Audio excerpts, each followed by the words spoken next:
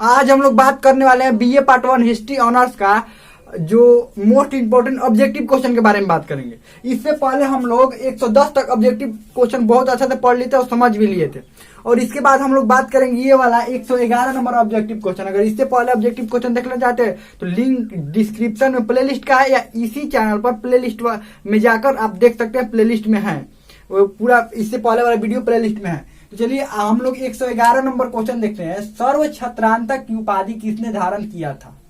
ए Shishunaga, B Mahapadmananda, सी अजातशत्रु और D Ashok.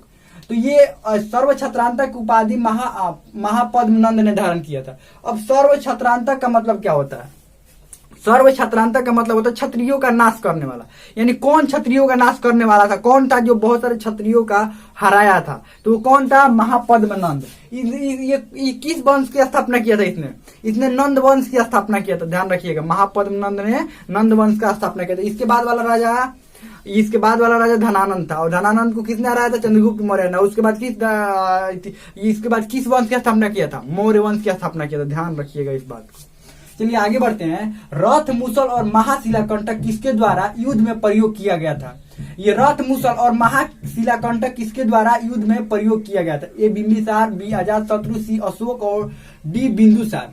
तो ये प्रयोग किया गया था अजातशत्रु के द्वारा। अजातशत्रु के द्वारा प्रयोग किया गया था रथ, मूसल और महाशिलाकंटक। किसके खिलाफ? वैशाली के खिलाफ।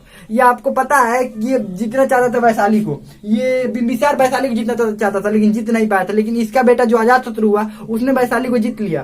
कैसे जीत लिया? ये अपने गुप्तचर भेजा वहां पर। अब पूछा कि कौन कौन सा हथियार है, कहाँ से हम लोग हमला कर सकते हैं। अच्छा, इधर से अगर ताकतवर हमला करना होगा तो कहाँ से कर सकते हैं, क्या कर सकते हैं? गुप्तचर भेजकर पूरा सूचना निकलवाया वहां से।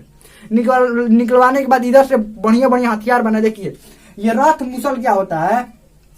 रथ, मूसल और महाशिलाकंटक। रथ, मूसल, बाहुबली फिल्म देखे होंगे ना, तो एगो रथ चलाता है ना, आगवा छुरी जैसे चलता रहता है। एगो बाहुबली फिल्म देखे होंगे तो उसमें है, रथवा चलाता है, इधर घोड़ा दौड़ता है, आगवा छुरी जैसा चलता रहता है। ये चाकू जैसा ऐसे गोल गोल घूमता रहता है ऐसे। अगर जो आता है वो खत्म, कहानी खत्म हो जाता है उसके सामने। वैसा ही कुछ था। वैसा नहीं था ये बाहुबली जैसा, वैसा नहीं था। वैसा ही रथ पर वैसा ही ये तलवार लगाया हुआ था, ऐसे ऐसे वो भी घूम ही रहा था। तो वही था रथ, मूसल और महाशिलाकंटक था। पत्थरवा बांध कर फेंकता है ना बाहुबली फिल्म में, ऐसा खींच के ऐसे फेंकता है कि पत्थरवा एकदम कतना जना उसी में काम खत्म हो जाए। बड़ा बड़ा पत्थर, अगर बड़ा पत्थर फेंक दीजिएगा ऐसे पूरा तेज में तो 40-50 आदमी कहानी खत्म हो जाएगा उसमें। तो वही था ये महाशिलाकंटक। तो इसका आंसर हो जाएगा बी अजातशत्रु। अगला नंबर, ये अजातशत्रु ने ही वैशाली के खिलाफ प्रयोग किया था। वैशाली में प्रयोग किया था रथ, मूसल और महाशिलाकंटक का प्रयोग इसने कहाँ किया था? वैशाली में किया था। किसने? अजातशत्रु ने, और जीत भी लिया था। उसके बाद 113 नंबर, प्रथम बौद्ध संगीति का आयोजन कहाँ हुआ था? ए पाटलिपुत्र, बी राजगिरी, सी वैशाली, डी कश्मीर। तो ये हुआ था राजगिरी में। जो प्रथम बौद्ध संगीति है वो राजगिरी में हुआ था। अजातशत्रु उस समय राजा था, वही जब राजा था राजगिरी में हुआ था। दूसरा जो बौद्ध संगीति वैशाली में हुआ था, उस समय राजा कालाशोक था।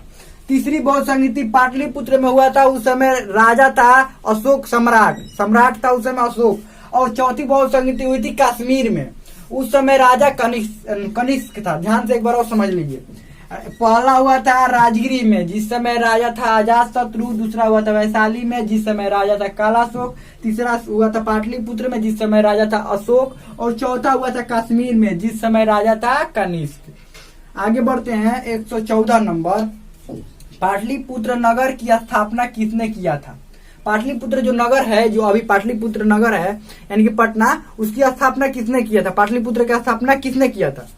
ये उदयन, बी चंद्रप्रद्योत, सी बिंबिसार, डी अशोक। तो इसका आंसर हो जाएगा उदयन नहीं, पाटलिपुत्र नगर की स्थापना की। देखिए हुआ ये था ना, उदयन जो था किसका लड़का था? उदयन अजातशत्रु का। पहले ये हरेक वंश में पहला राजा बिंबिसार, उसका लड़का अजातशत्रु, उसका लड़का उदयन।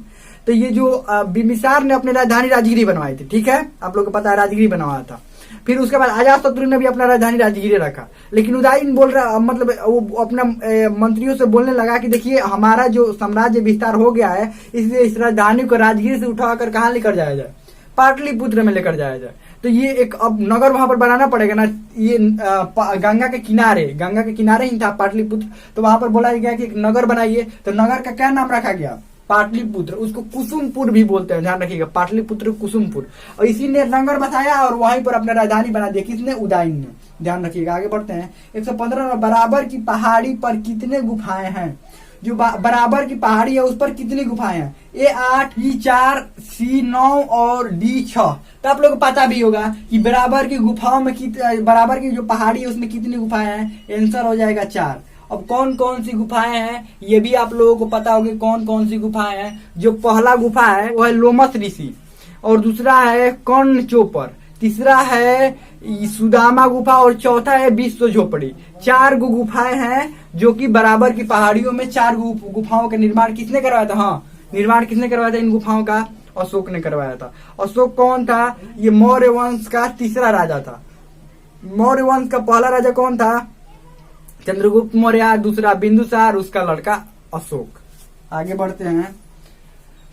116 प्राचीन भारत में विश्वोत्पत्ति विषयक धारणाओं के अनुसार 4 युगों का क्रम इस प्रकार, युग बोला जाता है ना, त्रेता, द्वापर, कलयुग। इसका मतलब क्रमबद्ध रूप से कौन सा युग कैसे आता है? ये द्वापर, कृत, त्रेता, कली, यानी कि पहले द्वापर आता है, फिर कृत, फिर त्रेता, फिर कली। कि पहले ये चारों में से बताना है कि कौन सही है। कृत, द्वापर, त्रेता, कली। कृत, त्रेता, द्वापर, कली। तो ये C नंबर सही है। कृत, त्रेता, द्वापर, उसके बाद कली। कली का मतलब जानते हैं? कलयुग। कलयुग जो अभी चल रहा है ना, कलयुग। तो वही।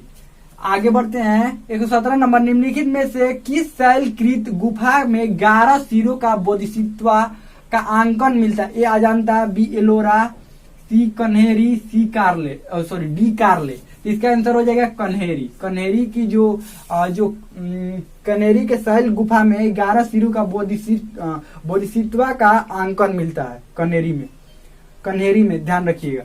118 नंबर है, निम्न में से कौन से बुद्ध की धात्री माँ थी? धात्री माँ कौन थी?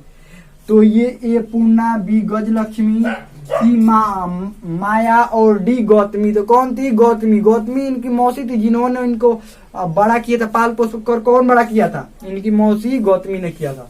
आगे बढ़ते हैं, तो ये गौतमी हो जाएगा इनका, धात्री माँ गौतमी थी। 119 नंबर, बौद्ध ग्रंथ का मध्यम निकाय किस भाषा में था? ए संस्कृत, बी पाली, सी प्राकृत और डी तेलुगु। इसका आंसर हो जाएगा पाली, क्योंकि उस समय अधिकतर जो बौद्ध ग्रंथ लिखे जाते थे किस में लिखे जाते थे? पाली में ही रचना किया जाता था। आगे बढ़ते हैं। 120 नंबर, चतुर्थ बौद्ध संगीति कश्मीर में किसके नेतृत्व में आयोजित हुई थी? ए बिंदुसार, बी अजातशत्रु, सी कनिष्क और डी उदयन। इसका आंसर हो जाएगा क्या? कनिष्क। कश्मीर में कनिष्क के नेतृत्व में आयोजन हुआ था। और कोई भी डाउट हो, कोई भी सवाल हो तो आप कमेंट में पूछ सकते हैं। हमें लगता है कि बहुत अच्छा आपको समझ में आ गया होगा।